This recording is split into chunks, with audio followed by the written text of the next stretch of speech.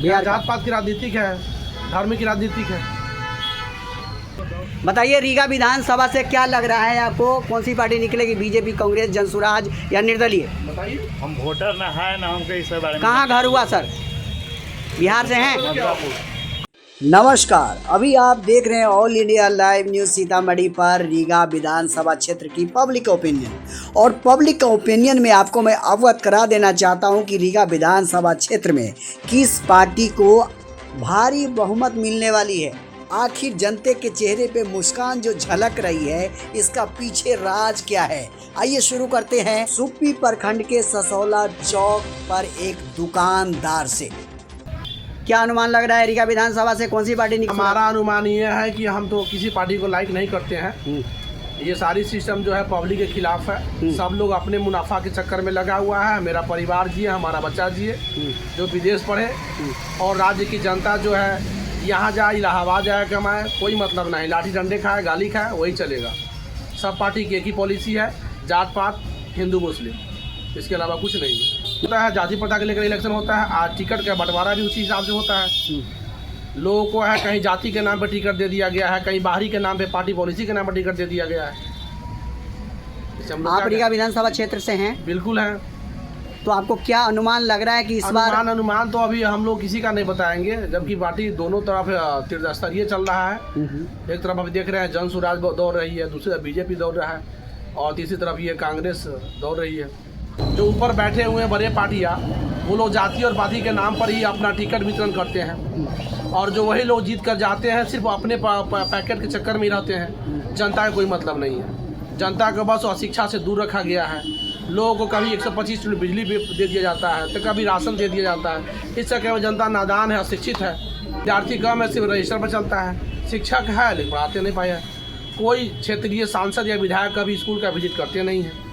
वही क्षेत्रीय और सांसद और विधायक किसी अच्छे बड़े प्राइवेट स्कूल वाले को इन्वाइट करते तो वहाँ जाते हैं, लेकिन वही चीज़ सरकारी विद्यालय में नहीं जाते हैं। बहुत सारी कमी है। यहाँ जात पात की राजनीतिक है, धर्म की राजनीतिक है, विकास का राजनीति नहीं होता है।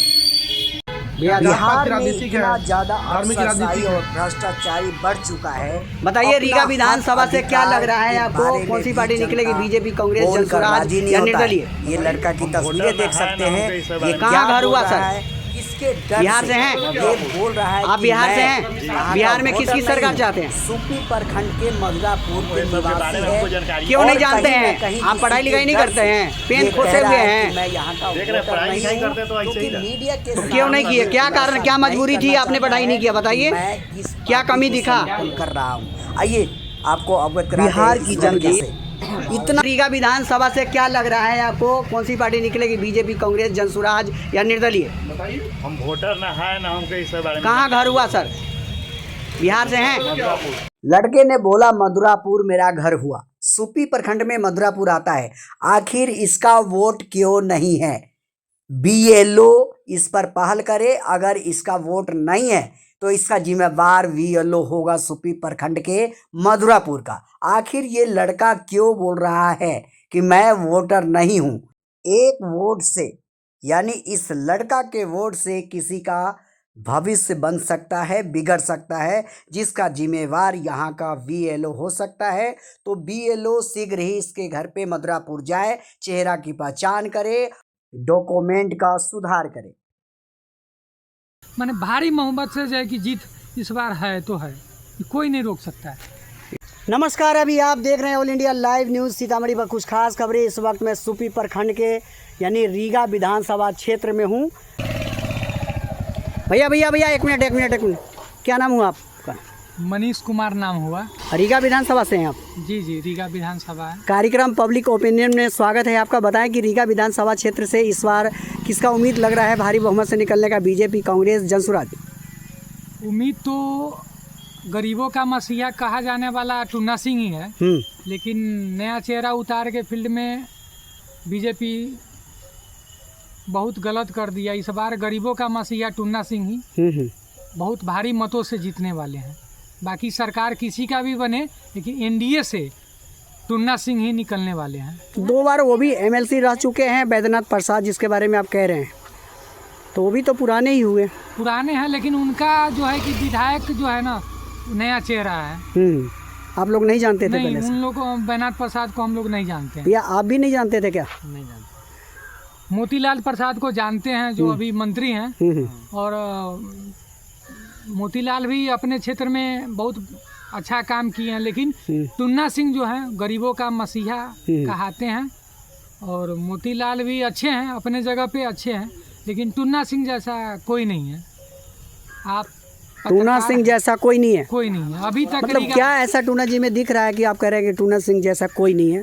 टुन्ना सिंह ऐसा व्यक्ति है ना, हम व्यक्तिगत हम ये बोलना चाहते हैं, जात के राजपूत है, लेकिन हम जातिवाद नहीं, हम जातिवाद पे नहीं आते हैं।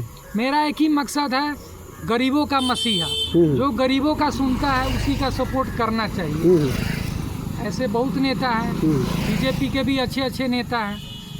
टूना सिंह के क्या खासियत आप देख रहे हैं उनमें? क्या मतलब गरीबों का मसीहा, क्या ऐसा गरीब के लिए करते हुए देखा आपने?